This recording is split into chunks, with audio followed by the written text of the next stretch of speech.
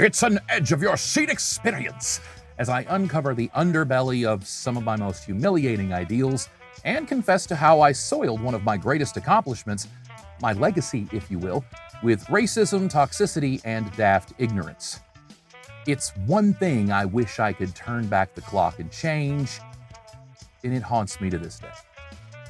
It's uncomfortable, it's ugly, it's inappropriate, but I'm hoping this is cathartic for me and a learning experience for us all. You see, we learn best not from our successes, but from our failures. And I've been a failure of a human being, kiddos. Though, I'm more interested in why. This is part 3 of my journey through socio-political ideology, how I dug out of conservative republicanism. And yeah, it's a lot about toxic masculinity and racism. And welcome to the podcast.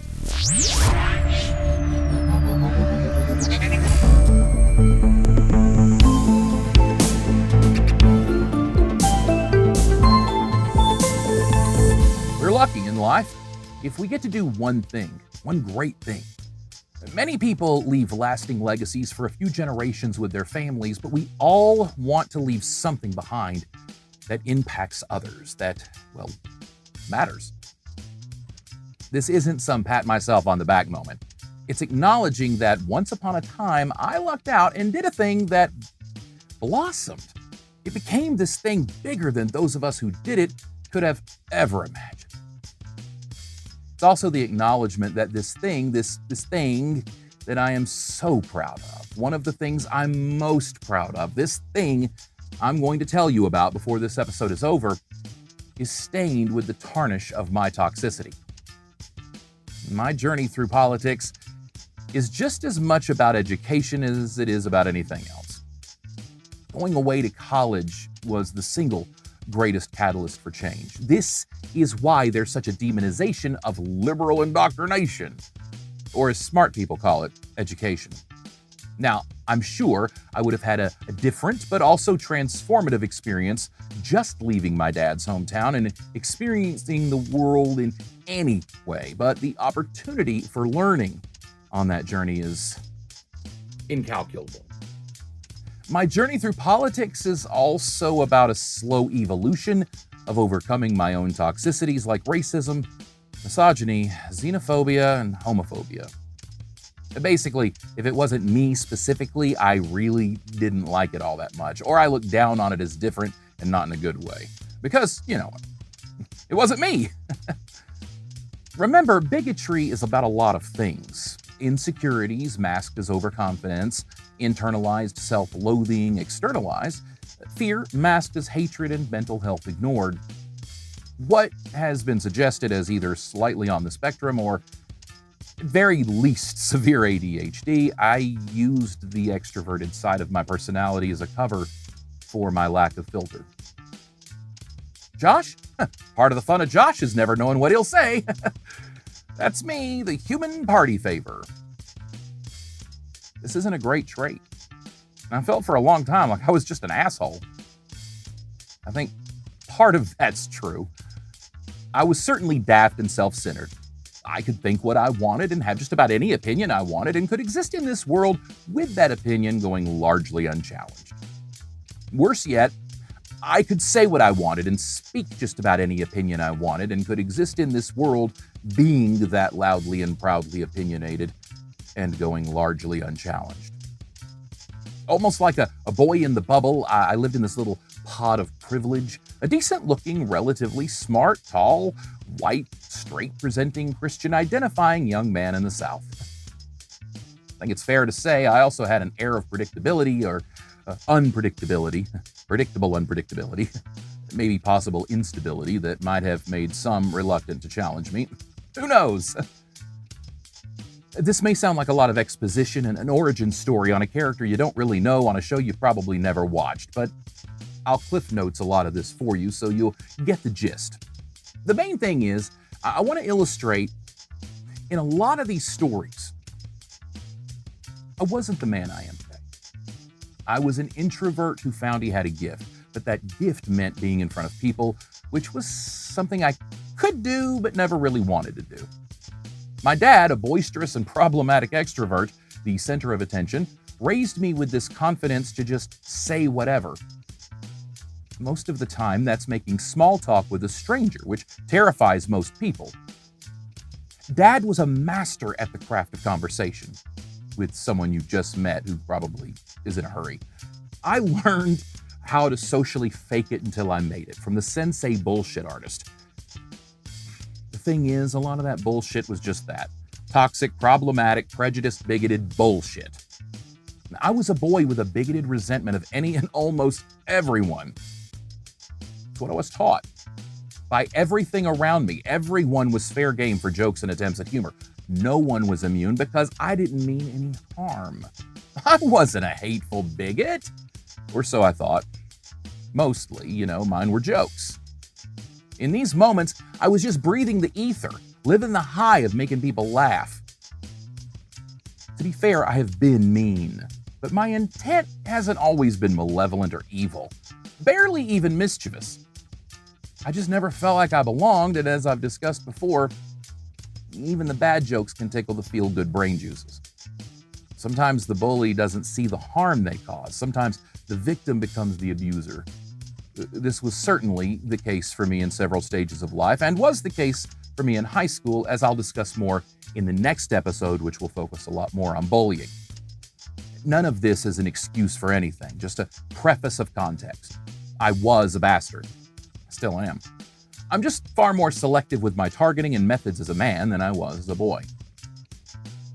This sounds elementary and trite, but the reality of my life is I shut out what I found uncomfortable.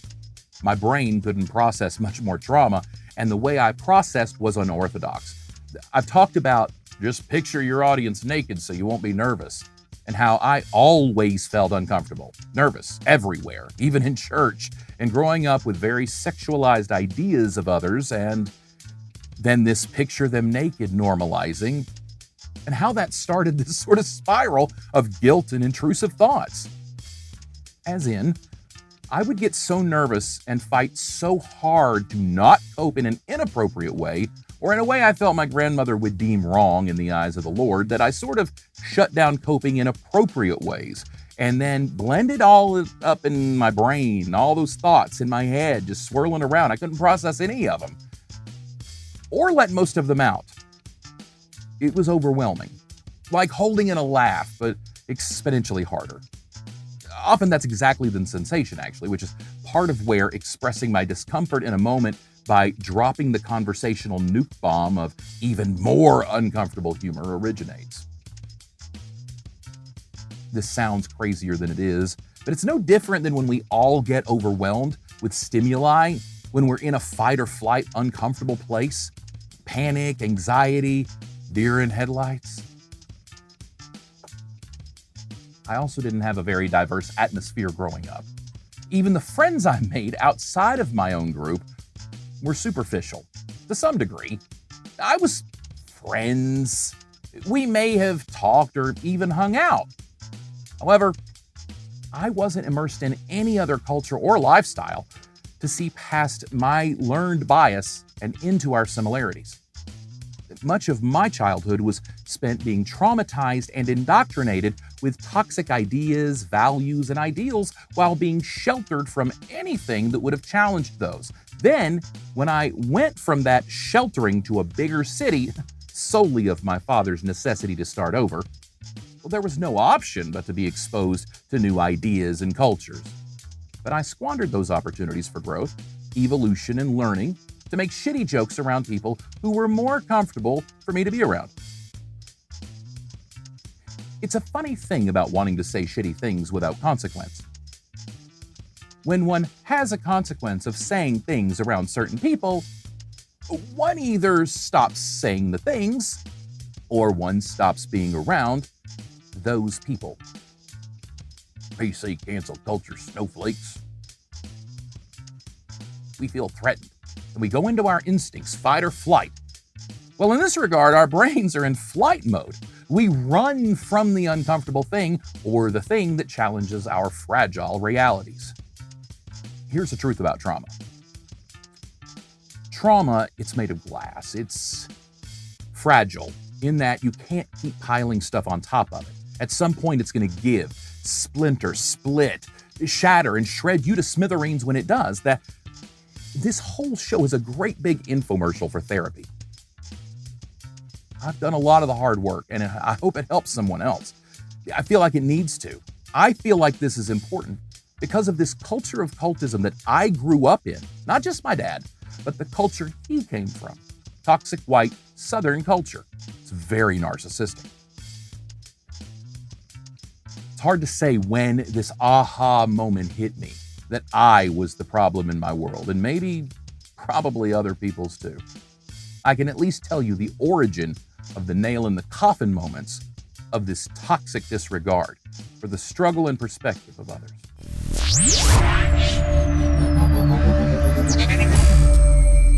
Coming out of that daft, say what I want without consideration state of mind, it wasn't an easy or overnight process. I can tell you the demise of that side of my personality began with a 1-2 punch, where I made fun of a certain physical condition one couldn't help. And nothing was off limits for me back then. Plus, no one I was talking to was afflicted with the condition. It wasn't funny. It wasn't in good taste. And honestly, there's a high likelihood I was parodying, or plagiarizing someone else's horrible humor. Normally, people used to just roll their eyes or laugh at my over-the-line rhetoric. Oh my God, Josh. No, you didn't. Too soon, Josh. Is it though? I pushed the lines. Everything was fair game. This time, someone who was relatively new to me, yet somewhat close to me, Debbie Downered the whole vibe with, my dad has that. He had to have surgery to correct it, but other than the scar, you wouldn't know. Yeah. Great job, pal. Way to make the funny guy feel like shit. I'm being sarcastic. I'm glad he did. He should have. We all should call out toxic and shitty behavior. That's part of why I'm doing the show. But I did feel like shit. And thousands of comments and moments like that began to wash over me in waves over the next few years. I would be having a harmless little day, just going about my business, whatever floated my boat, that's what I did, and whammo! My dad has that. He had to have surgery to correct it, but other than the scar, you wouldn't know. And here I go down the rabbit hole of this time and that time. And remember when you said that? Oh, wow. Hey, Josh, here's a fun memory. Your brain logged your entire surroundings, but you only really focused on the foreground in this memory. Let's zoom in on her face when you said that comment 25 years ago. Mortifying. Compounded by a presidential candidate mocking a disabled reporter at a rally, I was baffled at this new societal normal. The worst person the people I knew. Well, the worst aspects of my personality were suddenly normalized and praised for behaviors I knew when I did them were too far. This was nothing I haven't done before, folks. Executing my privilege at the expense of others who have it so much harder. Using their struggle that I couldn't hope to begin to even start to understand for a laugh. Boy, let me tell you something, kiddos. I used to be an expert marksman, a skilled archer. Except my aim was low. So low. Like that Chris Kyle guy. I could hit a target better than anyone. I was just sort of sociopathic in my disregard for other people. Remember, though, everything was on the table back then. Nothing was off limits. Codes of conduct were mere suggestions. TV, movies, you name it. So let's not pretend that this was a pure culture and I was the evil genius. No, this was a culture of toxicity. This is a culture of toxicity. An evolving culture, slowly evolving culture, mind you, but a culture of toxicity. And I was so comfortable being toxic because toxicity permeated everything about my culture. Everywhere I looked, I could find validation easily and readily available en masse. I stooped to the lowest of the low moments of my professional career, just trying to be funny, but in the wrong way. Now, don't get me wrong. I've always pushed the line of comfort, Part of that is, it's my calling. The other part has been living up to others' expectations of me, my personality, my humor, my presence, or otherwise. I always like to make the company Christmas parties a little more fun. Like the year I wrapped an inflatable sheep sex doll in the Dirty Santa anonymous gift exchange. Not much of a drinker. I always preferred shenanigans. Not saying there wasn't drinking at some of the shenanigans in the parties, but I'm saying that my behavior and shenanigans shouldn't be excused away because of a few drinks. I was toxic and a prankster. A volatile combo. Alcohol is toxic. More of a prankster. Volatile. Alcohol is just the amplifier, though. I am so humiliated at my behavior in this instance that I can't even begin to atone for it. First of all, I don't even respect some of the people who witnessed it, and that's because their behavior, actions, and character are far beyond what I did to try to entertain people by mocking disabilities. That shouldn't matter. There were people there who saw it, who I did respect, and even if nobody saw it, I should have never even gone there. So why would I? Almost everything I took in as far as entertainment was toxic and was more about the exploitation of others than it was about empathy. I was more interested in delighting in their struggle than seeing them as human beings. Just, with more difficulty being than I could imagine. Schadenfreude. This is when the R word was normalized, and you rarely got called out for using it. No, not Republican. The mean R word for those with intellectual challenges. Well, it wasn't as frowned upon back then. That isn't what I said. What I did was way worse and more on par with what Trump did. And if I'm being completely honest, because I pride myself on full authenticity, what I did at that Christmas party was worse than what Trump did at that rally. I guess the difference, if there is one, is that it makes me sick. The dumbing down and numbing down of our society, we keep moving the line of acceptability further and further back. Our bar, our standards get lowered. It's people like me who do that for people like you. Or I used to. So seeing my own past deplorable behavior lauded, celebrated, and validated on the presidential political podium, it really slapped me down to reality even further. Now, I was a bit removed from that kind of behavior, but not far enough. Again, these humiliating moments began to wash over me like a sewer shower, making me feel just as dirty and trashy as I'd tried my whole life to escape. And then realizing I had been just as vile,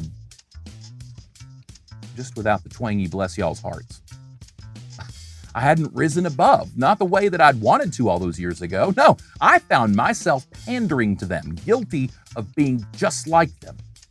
At very least, I was close. Too close for comfort. Then, as our society has sort of devolved over the last decade or two, and the putrid froth of infection and pus has oozed its way to the social surface, I found myself being the one pointing out these flaws in others, and then wishing I didn't have that firsthand perspective on this deplorable toxicity that I do. I wish I had a clean slate. But not only did I abuse my gift of being funny by pandering to the lowest common intellectual denominator in attempting to pander to them, to be accepted by them, I found myself becoming as vile as they are. And that isn't who I wanted to be.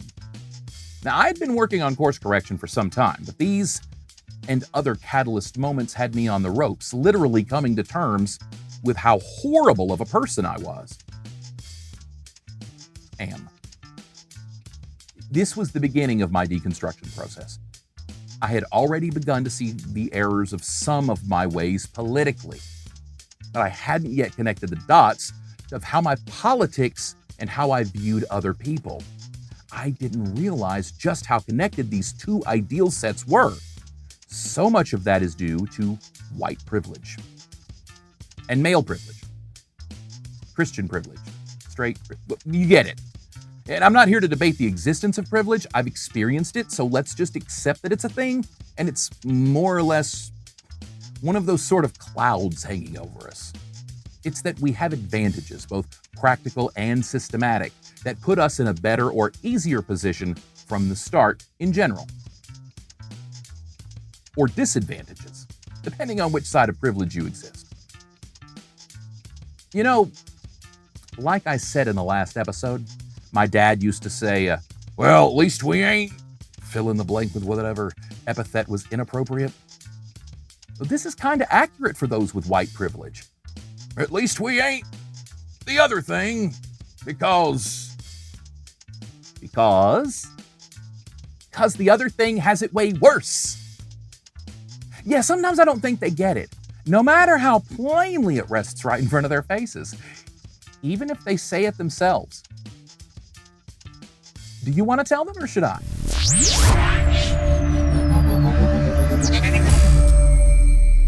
I decided to go to community college rather than going straight to university. As you'll come to find out later in this season, I sucked at math. And that led me down a journey that changed my academic and life trajectories. I enjoyed my experience there, don't get me wrong. Community college was more like what high school should have been for me. I got more involved, I was more social, more confident. I was surrounded by more people who wanted to be better, brighter, and fewer who waved the Confederate flag. There's a deeper issue here that speaks to the same classism that becomes this cycle of willful ignorance and rural regression, but that's for another episode. I helped start a student newspaper. I became the sports editor. Meanwhile, I'd managed to land a gig as the PA announcer for the school's basketball program. I also took on a leadership role in our campus activities board, where we would book entertainment, plan events for the students on campus. Now, things were really clicking for me, socially and otherwise. I got a job at a local TV channel, then a radio station. I stayed longer than I wanted to at community college, but I was getting a lot out of the experience that I'd used throughout my life. I was asked to do a year-end wrap-up Sports Center style highlight on-camera video segment for the new broadcasting class's final project. I wasn't in the class, but I was in the professor's other classes, and she had been our advisor to start the newspaper. Just how I ended up taking sports at the paper, no one knew about sports in the class. So the instructor asked me if I'd help. I always watched ESPN, and I fantasized about being on Sports Center. I also always wanted to be an actor. Specifically, I always wanted to do cartoon voices. You see, I had dreams, lots of them. I just never really had permission to take them seriously. It wasn't that my dad didn't believe in me, it's that the environment he came from was one of old school worker bee pulling on the bootstraps values. Head down, march to the mine, clock in, clock out, go home to your wife, retire. Nothing wrong with that. Just wasn't me. Let's discuss that environment for just a moment. Coded in complacency, surrounded by settling. Small town, smaller minds. I was a big picture kid in a snow globe world. God forbid if you shake things up. Teachers make a salary, pension, retirement. You'll always have a job as a teacher, Josh. You'll be in a union. Do you even know how to do the things you want to do? Be realistic, I was always told. There was no Google back then for how do I become a voice actor. Today, you just email me. So I settled for realistic at first. My first college major was secondary education and history. Imagine if that kid got to be a teacher. That idea, if it doesn't bother you already, will terrify you by the time this episode is over, or should. Because chances are, your kid has or had a teacher like I used to be. Arrogant, stubborn, bigoted, biased, and unapologetically outspoken. I was on a trajectory for toxic downfall. The fact is, not only was the environment toxic and closed-minded, but the attitude of just settling added to that toxicity. I wanted more, better. I just didn't know how, and I didn't have anyone there to tell me.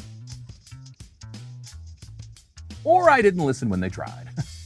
Let me run down a quick list of some moments from college that hit me really hard as later revelations that I was problematic. My first attempt at drag was at one of those campus events we'd planned. This was part of how I got so involved with the organization. I'd do anything for a laugh. And thanks to my close childhood rabbit pal Bugs, that even included sexually assaulting other men by kissing them on the lips in public for a laugh, or dressing in women's clothing for ha-has. Then it was just makeup and a costume in the name of comedy. And what boy doesn't love a feather boa? Plus, before the spinal cord injury, I really could rock a pair of 4-inch heels. Great calves. But I paraded around stage like a lampooning lunatic, loading up his laugh cannon for the lackeys in the crowd. I couldn't care less about being in a dress. I looked good, but I was really just appropriating a culture to play the Vanna White sidekick on some live game show thing we put on. What I won't do for a laugh, right? A moment that stands out as appropriating a culture of what many consider a target for bullying, but might not look at me doing that as bullying. I think at the very least, it was inappropriate casting. There were plenty of women or actual queens attending that school. I'm certain of it. Me doing it wasn't authentic, and it was more mockery than tribute. Not in hate, mind you. I'm just not sure it matters to someone watching it and feeling bad. Maybe I was bullied with gay slurs because I did stuff like this. Or maybe I did stuff like this because it didn't matter whether I did or I didn't, I'd be bullied with gay slurs. Toxic white Southern culture. It'd be a couple of years before I truly embraced the art of drag and the rich culture surrounding it. After going off to college and getting to know people from that community, I appreciated what these artists put into it.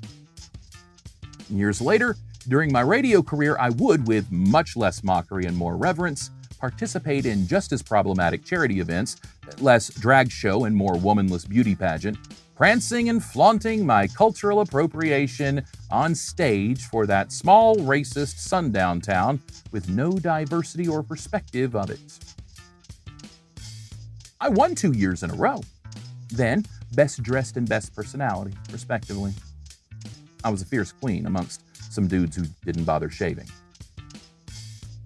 Still, again, evolution is a slow process. This realization that I was participating in something that wasn't mine with the wrong intent, and doing so because I didn't really value those who are that culture. Fill in the blank.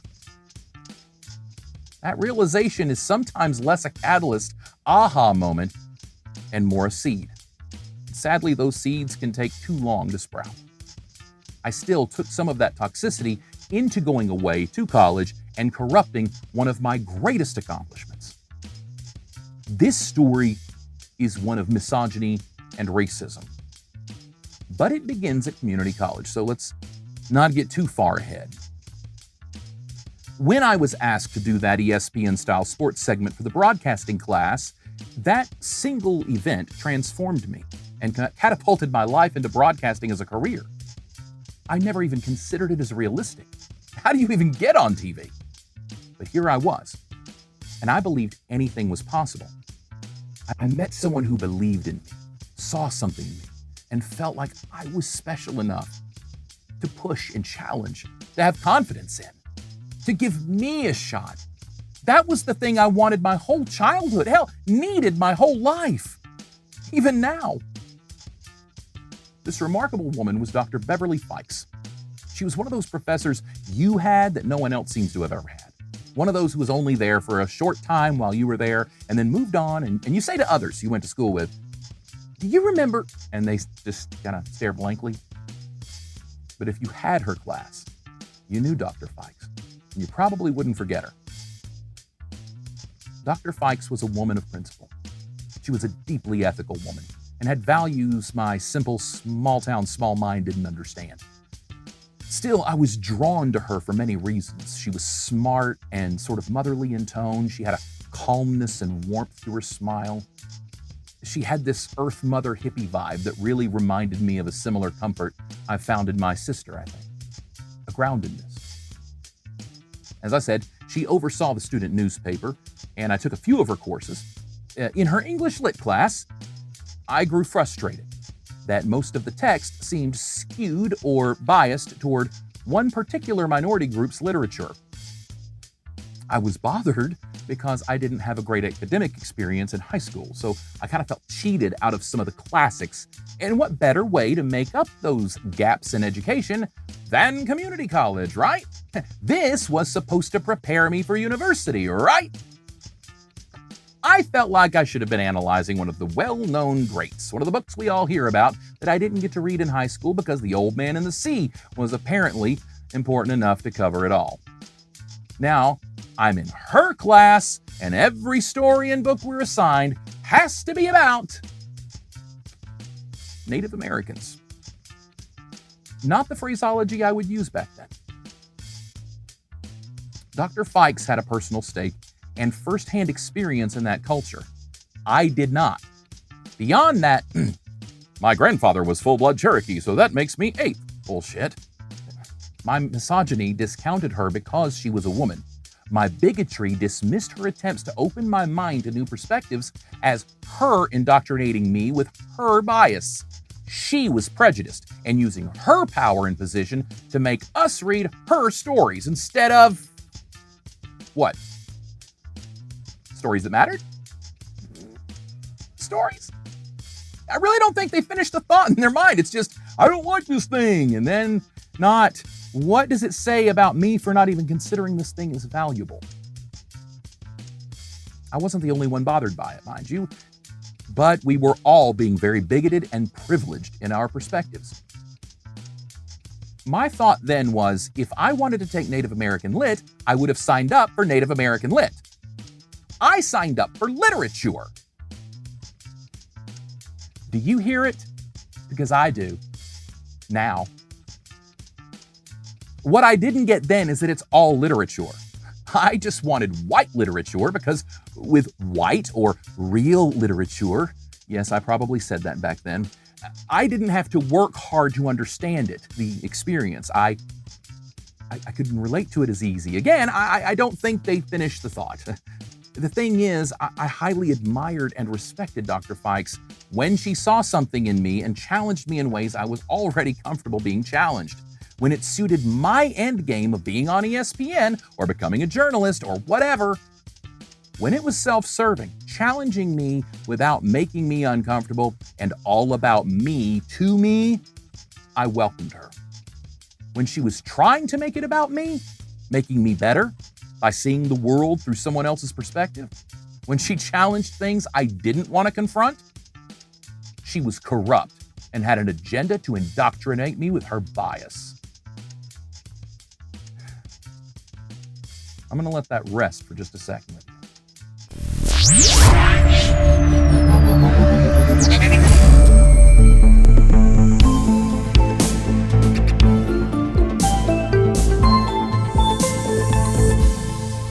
Evolution is a slow process, a marathon, not a sprint. It took years to indoctrinate me and brainwash me into the toxicities I embodied for most of my life. One moment, even with reflection, wasn't going to snap me out of it. It's really too bad because I've laid the groundwork to show you that there is absolutely no excuse for that story, much less the next story.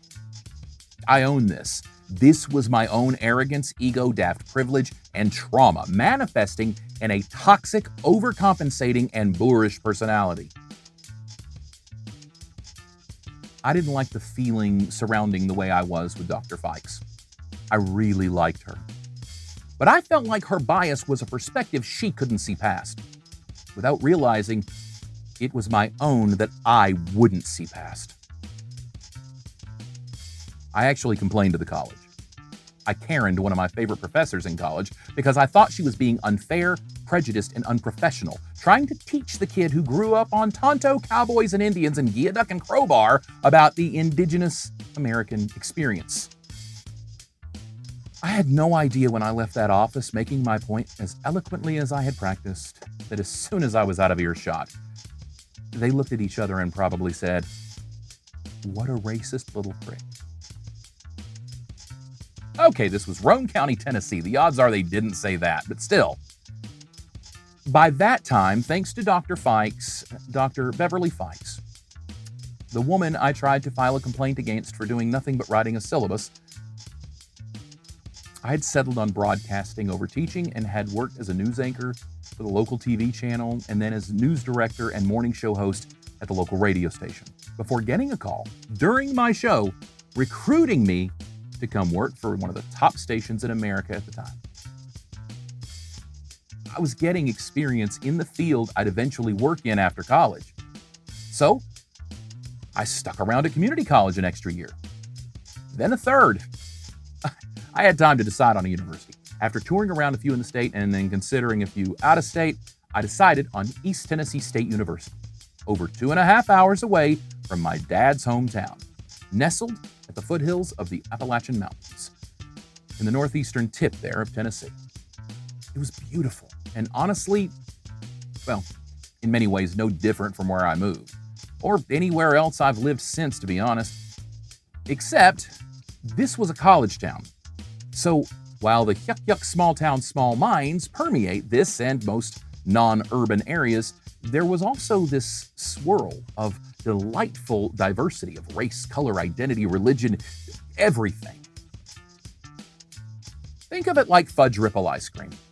Mostly vanilla, but occasionally you can hit a vein of that delicious fudgy goodness. And it really turns that boring dessert into something special. Well, like fudge ripple ice cream,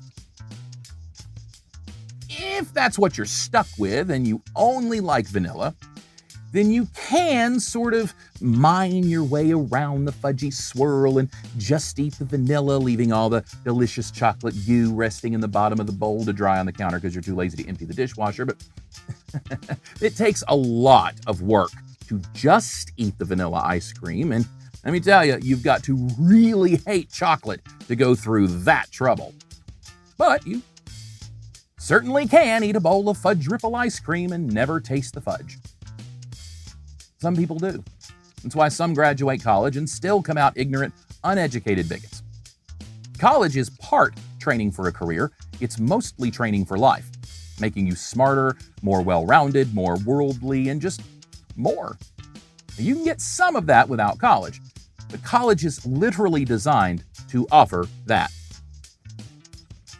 The kid who went off to band camp, but still came back not knowing how to play an instrument? Some people can pay for the opportunity and take the time and still not get the experience, much less get the most out of the experience. I sound like a real snob, don't I? I am. Take classes, learn things you didn't know yesterday, meet people who aren't like you. It's not that hard. You don't have to go out and get a degree, just an understanding, an experience, a perspective, or two. But you also don't get to look at people who did the academic work and suggest you know more than they do. That's a check your ego moment. I don't care if you're left, right, or center, it's no less arrogant to think you know more than someone who has a college education than it is standing over a mechanic suggesting you know how to fix the engine. Huh. Did you go to mechanic school? No, you just YouTube. Check yourself before you wreck society. My understanding still wouldn't come until much later, though, after college. Now, I'm going to talk about this whole experience much more in depth in other contexts, but by the time I went off to college, after community college, I already had a great deal of professional experience under my belt in an industry where getting your foot in the door wasn't all that easy. Many went to college and then tried to get experience. I came into it already having done television, TV news, reporting, radio programming, morning shows. So I kind of felt like a 5-star football prospect touring the facilities the spring semester before the fall I started. It was more like an interview. I handed them a resume. I didn't want to spend the next 2 or 3 years miserable in a program I didn't like. When I got there, what program? The radio program had little interest, despite the exceptional instructors. The equipment and facilities were outdated, to say the least. To top it all off, I think the radio station honestly hadn't even been on the air full time in a semester or more. The student leaders who preceded us, they graduated, I think, the year before we even got there. What I saw was a program in its final throes. The TV station on the first floor had just had water damage, pipe broke, so they got a complete renovation, new equipment. The radio station? There was no hope for any attention for a while, from what I saw then as a stingy university. So I dusted off the cobwebs and went to work. It wasn't all me. We did it. A tremendous, if not small, team of brilliant, dedicated, and talented people ready to take that college radio station into the next generation with no funds, resources, and very little student interest at first. Well, very little student interest in the way I wanted to run things. This was a professional proving ground. This wasn't playtime. I felt like students should work for the campus radio station and it be reflective of how they would see the real world. Many, I think, wanted a little bit more chillaxed, environment like college radio. Play whatever you want, do your own thing. My logic was if you're going to graduate and work in industry professional jobs, you need to know how that works. We settled on a logo, which I designed. We settled on a moniker, which I conceived. We settled on colors, which I picked out. We settled on a format, which I decided. We settled on a playlist, which I handcrafted. You see where I'm going? No, I'm not bragging that I did this all by myself. Hardly. It's that I wouldn't let anyone else have input. I knew best.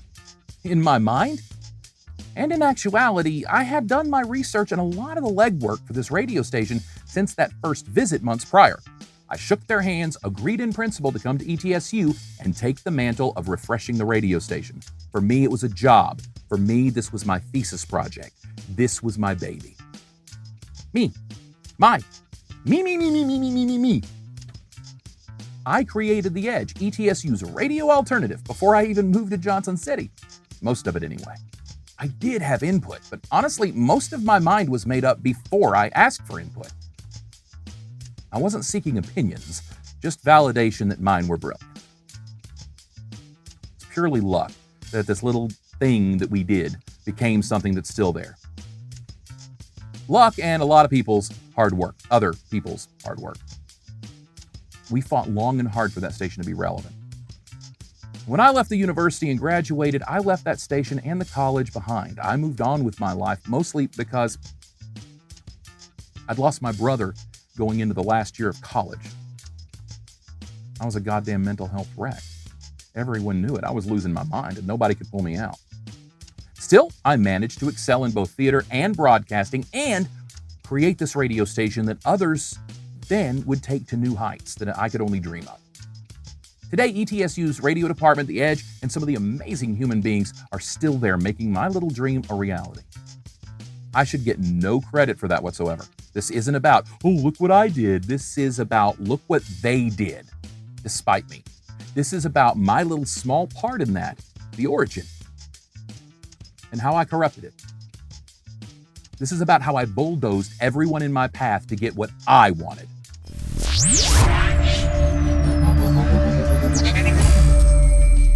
I learned a little from my experience at community college, disagreeing with this brilliant woman I respected but didn't know how to respect. My misogynistic raising wouldn't allow a woman on equal ground with me. So I sort of came into every interaction at an ethical disadvantage as well as intellectual and practical disadvantage. Candy Bryant and Tammy Hayes would become my new Dr. Fikes, in that I would be constantly challenged by two brilliant, talented, and experienced masters at their respective crafts. Constantly challenged. And can I just say that I know what I was? So these people truly deserve accolades for not booting me out of the program or putting me in my place. many times over. They did. They tried. I mean, evolution is a slow process, marathons and sprints, bygones. I would be challenged in ways that forced me to rethink and reconsider everything I know. I actually used to say there's no way I would ever work for a woman. And I could give you a dozen shitty and completely toxic, inappropriate, and faulty reasons why. There was no reason except that my experience working with and for women wasn't all that positive. Again, I can pinpoint some real actual examples, but even those are flawed when absent of context, nuance, or perspective, without the understanding of that self-fulfilling prophecy of bias. Plus, my dad didn't like women. None of those examples matter, because at the foundation, I devalued women. Well, I devalued a lot of people. These two exceptional women, humans, brought out the best in me. Having to interact diplomatically, professionally with women as authority figures who challenged me and questioned me, but also held me up as valuable and didn't dismiss my ideas. And people I admired and respected. It sort of forced me into this attitudinal course correction. My partner in this endeavor of creating a student-run radio station out of nothing was Crystal Stanley, now Crystal Carter, who is to this day one of my closest confidants. What we were able to accomplish together, with barely more than a base introduction before we had to get to work, it's incredible. Again, not bragging, being objective. That was the undertaking of our lives. The issue is Crystal, too, a woman. I can't say I honestly saw her any different than any other woman subconsciously. So I'm certain there was some leeriness or distrust in her early on until she proved herself, her loyalty to me, to my ideas, my plan. How toxic does that sound? My indoctrinated misogyny aside, my boorish, my way or the highway attitude notwithstanding, my arrogance and cocksuredness as a cover for insecurity and self-doubt was what it was. My panache for saying the most inappropriate thing at the most inopportune time, and my delight in making others uncomfortable. All hallmarks of my personality. All of that is enough by itself, but my out-and-out racism, bigotry, and toxic behavior were, especially where diversity is concerned in creating this radio station, is the inexcusable albatross that will hang around my neck forever, tarnishing this accomplishment with the memories of my dismissiveness, rudeness, and insensitivity, my complete disregard for a segment of my student body. To put it plainly, I wanted an alternative rock station. I wanted to work on and program alternative rock stations after college, so I needed the experience doing it in college too. Plus, a college radio station should be rock, right? And to be fair, most of the demand or want at the time by the student base was for an alternative rock station. That media market lacked a commercial station playing that music, which is odd for a college town. I did localized research, polls, and surveys. I asked the dorm leaders to make sure everyone filled out their survey. I wanted to do this the right way, or at least look like I did it the right way. It was going to be alternative rock one way or the other. That media market also lacked a commercial station playing another type of music, which is again odd for a college town, but not odd for a college town in rural East Tennessee at the time. Rap, hip-hop, R&B, or as I openly and unapologetically called it at the time, black music. Yeah. And the thing is, I listened to some diverse music, but like I mentioned in part 2 with the problem, consuming other groups' entertainment media with no grounded foundation of reference, it all sort of was novelty to me. I didn't entirely get it, so I kind of just took what I wanted from it. I wouldn't have taken the edge urban any sooner than I would have taken it country. Except that those surveys and polls showed what students wanted. And students wanted some of that music. At very least, the music radio refers to as rhythmic CHR, urban, rap, hip-hop. It was definitely in second place. I won't say a close second, but it should have been significant and might have been significant if the way I was raised in this world would have taught me that significance. Instead, I looked at it as win or lose and democracy rules. The majority wanted alternative rock, so alternative rock it was. And the edge was born. Since we're reviewing game film to prepare for the next game, let's clear up where I went wrong. Only the Sith deal in absolutes. What I should have done was be more open and flexible, more open to other perspectives and voices while compromising on some of my bullheadedness. Granted, I knew what needed to be done to make that station, that department relevant, and I was going to do whatever it took to accomplish that. Except that I didn't have the experience to know as best as I thought back then, and should have been open to more ideas, suggestions. Creating that format and creating an experience that was more inclusive and representative of the kaleidoscope landscape of our student body could have and should have coexisted. I'm very proud of this accomplishment.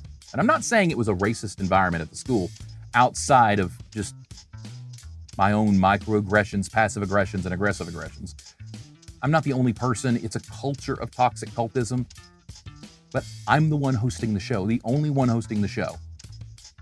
So here's where it gets hard for me to reckon. I didn't really consider a lot of students, not just the black student body, but anything that wasn't me. Alternative rock, a white male, 21-year-old junior in college. What's he listen to? Isn't it ironic that my life in that industry would go on to revolve around demographic data? And here I was in the earliest stages, really only concerned about one very specific demographic. I lucked out that alternative rock works for a college campus, and it was the late 90s to 2000s. So the music was still pretty good, except for Kid Rock and Limp Bizkit, of course. Those were some dark times for rock. Dark times for me, too. Because for all my pompous dismissals of black music, and without the concern or regard for anyone involved, including my white colleagues who were personally involved with people of color and had children with people of color, I insisted on this daft stereotype of a well-intentioned bigot. Like they don't connect the dots in the offensive behavior or the idea because there's such a disconnect from the humanity of the other. Why would me referring to a few specific genres of music as black music be so offensive? Matter of fact, it didn't offend me. Me. Racism, toxicity, problematic behavior, it's rooted in clinical narcissism and other personality disorders. I'm not excusing racists, bigots, or toxic, problematic people, but I know what I was and I know what it took for me to break free from that dehumanizing cultism. I only wish I would have gotten that from the start, because whatever anyone else remembers, whether anyone remembers that I was a toxic horse's ass, I remember, and I carry that with me every day. Especially seeing the decline in our society due to these cultish, toxic, and white supremacist ideals. Again, mine wasn't a childhood raising around actual white supremacy. My experience with toxic white Southern culture is more centered around white superiority. And that superiority is a little different than supremacy. In fact, I'll argue it's more insidious. At least with supremacy, you know what you're getting. You know what you're fighting. Outward on the surface, evil and ignorance. But with superiority, you're dealing with people who present as normal, good people, but there's this sort of jack-in-the-box of toxicity just waiting to pop out at you just as soon as you turn that handle a smidge too far for their comfort. My superiority dismissed the idea of inclusion because it threatened me, my idea, and what I wanted. What if we were a station that played my format some of the time and then flipped to the other format for some? What if people started liking that more than mine? Mine wouldn't be on the radio as much, hardly at all, maybe. It wasn't so much to be that conniving, even if I wasn't aware of what I was doing at the time, but my superiority also needed to remind everyone around me just how inferior the idea was by belittling it with a term like black music. It isn't always what you say, it's how you say it. In fact, that phrasing may not be altogether toxic or unacceptable in another context out of someone else's mouth, but for the man I used to be, this was vile and disgusting dismissiveness and a subliminal yet subversive dog whistle attempt to discredit several genres of music as lesser than. I'm sure some did. I didn't see it at the time. I was just going through the motions. But knowing what I know today, I can see clearly what I was doing and why. And the thing is, I'm not going to allow myself to be so fragile and cowardly that I scurry into a dark corner and hope nobody remembers it. I remember. That's more than enough. What I've also learned is that in everything I've just told you, my reasonings and justifications for my toxicities are more from a cultural hive mind. These aren't my toxicities. I can analyze, deconstruct, and confess to mine. That's the difference. That's the reason for this show, to help us understand a little better why we are the way we are, even if it's the hardest thing I've ever done.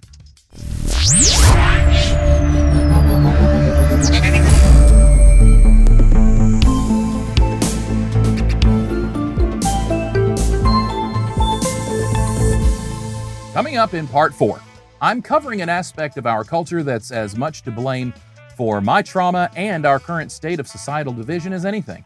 I'm going to discuss my own journey through bullying, how I was a victim of bullying and then became the bully, how the culture I grew up in almost valued bullying, encouraged it, and insisted upon it as a means of thriving and surviving. For some. We'll get into the trauma, the perspective, and the ripple effects bullying causes.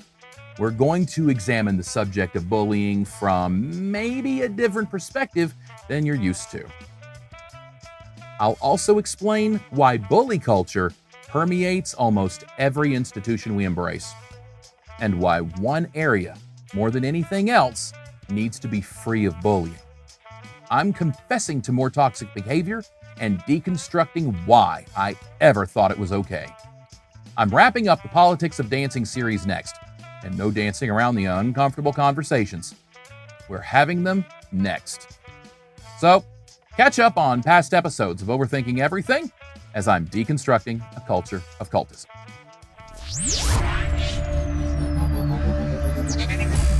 Thanks for joining me. Check out some of my other videos on YouTube. I've got all my music, all my TikToks, everything set up in playlists for you. Check out my merch store, follow me on TikTok, like, share, and subscribe to this channel. Just do all the things I need you to do that make me bigger, and where I go, you go. If you like this series, consider it a donation to Cash App. Subscribe on Patreon. I'm Josh Brandon, and I'm overthinking everything.